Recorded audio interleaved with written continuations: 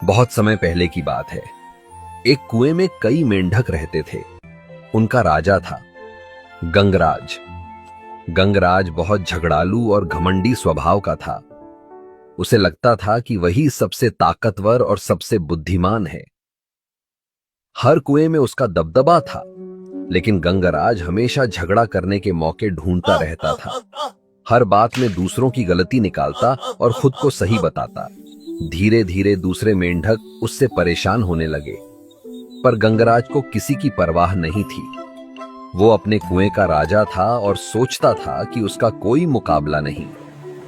एक दिन उसने निश्चय किया कि वो आसपास के दूसरे कुओं के मेंढकों को सबक सिखाएगा।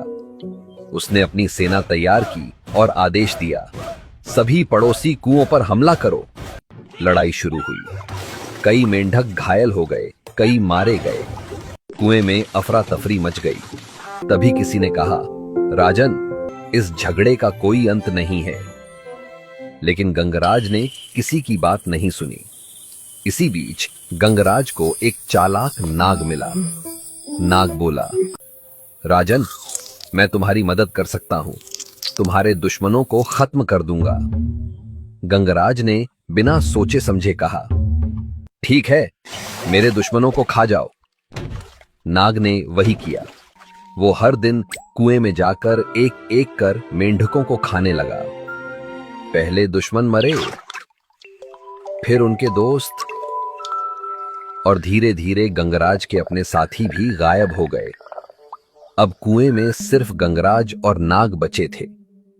गंगराज डर गया और बोला, नागदेव, अब बस करो, सब खत्म हो गए।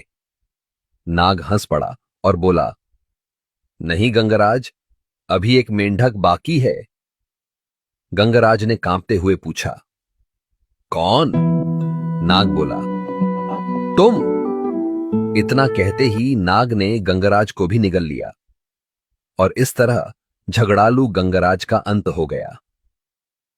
मॉरल ऑफ द स्टोरी, जो दूसरों के लिए गड्ढा खोदता है वो खुद उसी में गिरता है। झगड़ा और घमंड